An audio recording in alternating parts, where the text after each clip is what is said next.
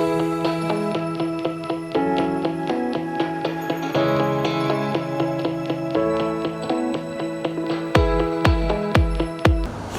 my beautiful people. Good morning, good afternoon, good evening.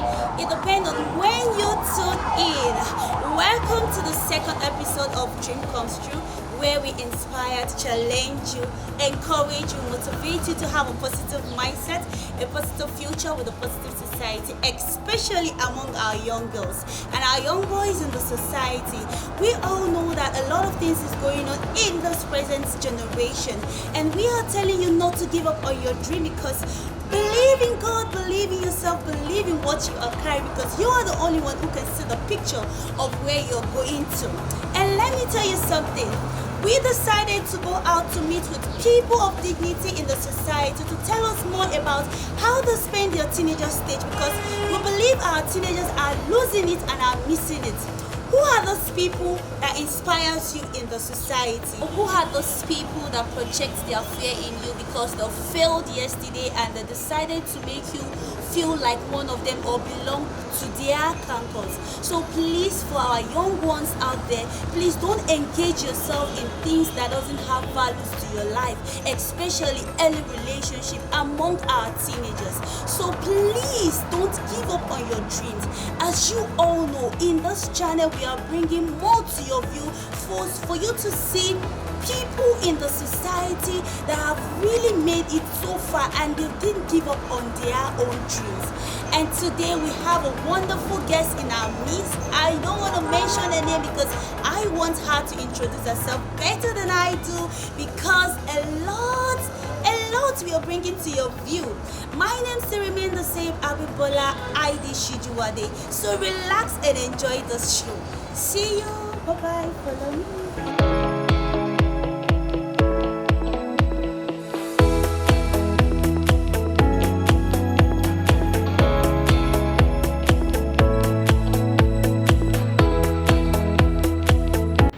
My name is Ngozi Adeni Adeleke, the United Nations Peace Ambassador, wife of the Osun State Governor, Senator Dr. Demola Jackson Nuruddin Adeleke.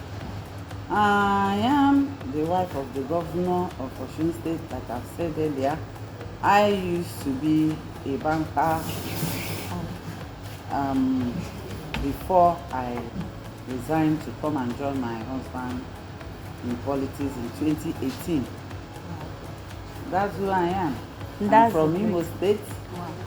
As in origin, now got married to Osun State. Wow, that's great. A quick one. What is your biggest fear back then when you were a teenager? Back then, when I was a teenager, my biggest fear was anything and anything that can hinder me from finishing my education. Wow. Anything that can jeopardize my future, like rape and stuff like that. Because those are the things that as a young girl that can stop you. Those are the things that have the capacity to jeopardize your future. Sure. So that was my biggest fear. But to God be the glory. Here I am today and pushing forward. That's a believing good one. God Thank who you. has seen me through to this level. Oh, that's a good one. As a girl child, were you disciplined back then being a teenager? Yeah. My both parents were teachers. Okay. They were teachers both in schools and church. Wow. We are Anglicans by background, and my parents were knights in Anglican church. My mother, people from my place, what they call her is Margaret Thatcher.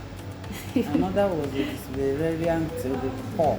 And my father as a teacher, when you're a child of a teacher, you can imagine. Sure. A teacher both in the church and in the school. He was disciplined all the way. And if you live with my parents and you're not disciplined, it means something else is wrong with you.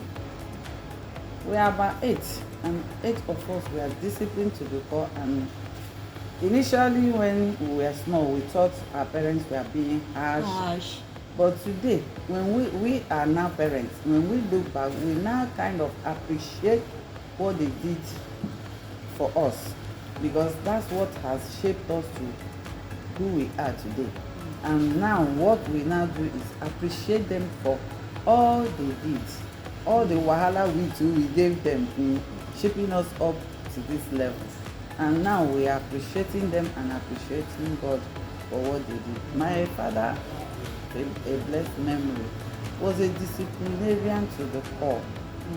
In fact, we will always be grateful to him, to my mom who is still alive, and to God Almighty who helped them to raise us to the level that raised all of us, 8 of us. They trained us in universities, best universities here in Nigeria, and some of us in America.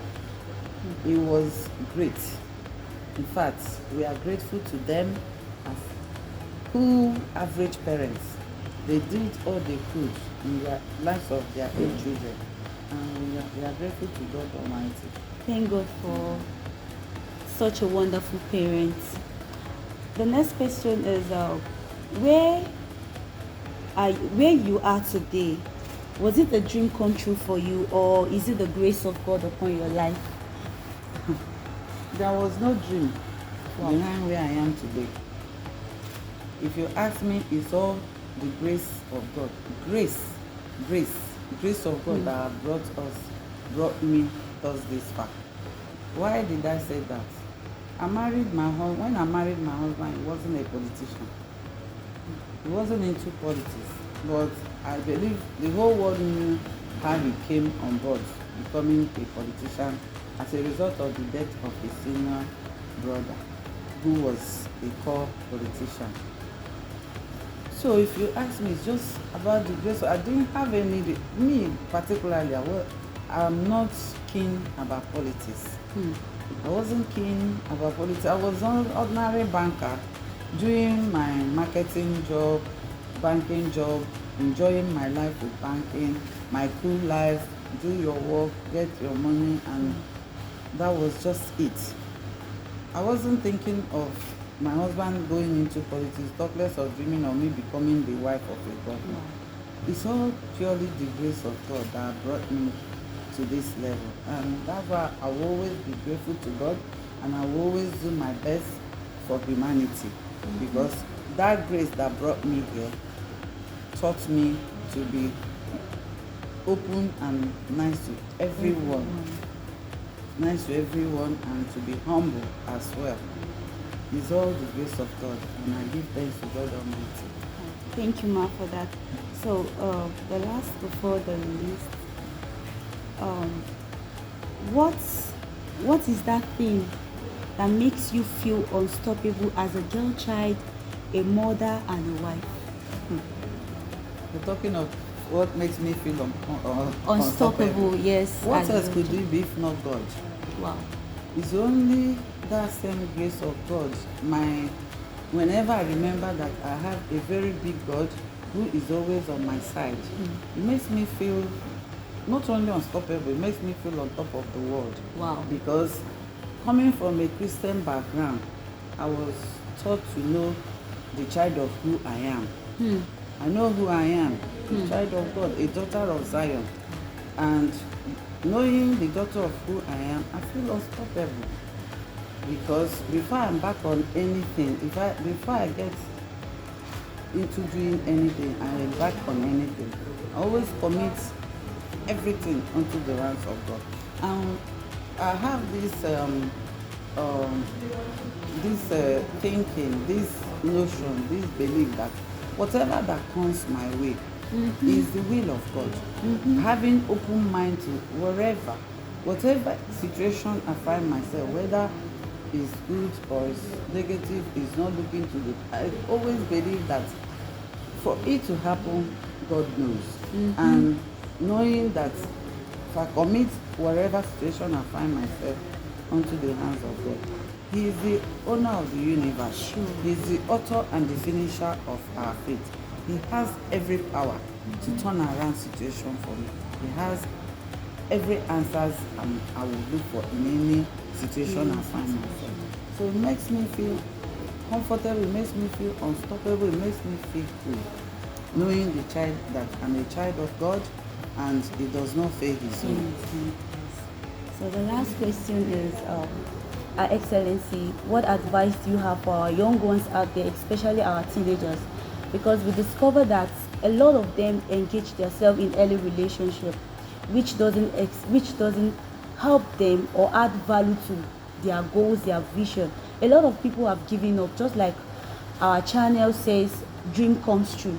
So please, Ma, what advice do you have for our young one? Okay, my advice to every young girl out there, first of all, always pray.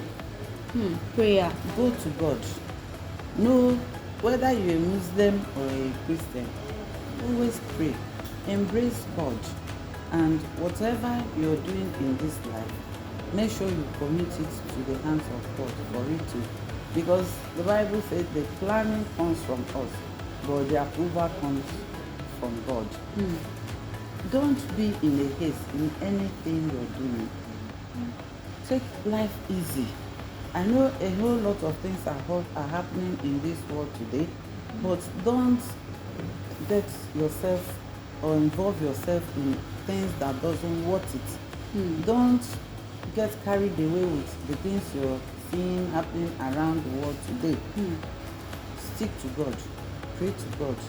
Definitely that God that created you will never abandon you. He will never abandon you, no matter how tight the situation is. Commit your ways unto the Lord.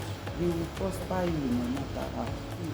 I want our girls to take life easy. Don't be on the fast lane. Understand? Do not be on the fast lane. Calm down. Things will definitely fall into the right places.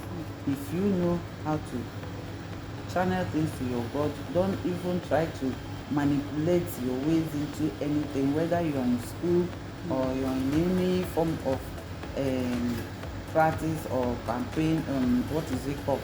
Competition. Don't manipulate things. Just allow God's way to take the upper hand in whatever you're doing, and you see your God coming through for you. Thank That's you. my advice. Thank you, Our Excellency. That was a very great words from you this afternoon. Thank you.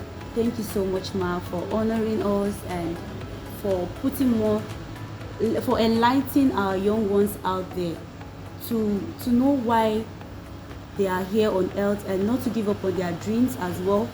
And the most important thing you said is believing in God, believing in yourself, and don't be at the fast lane, as she has said, that you should believe in God, especially our young girls.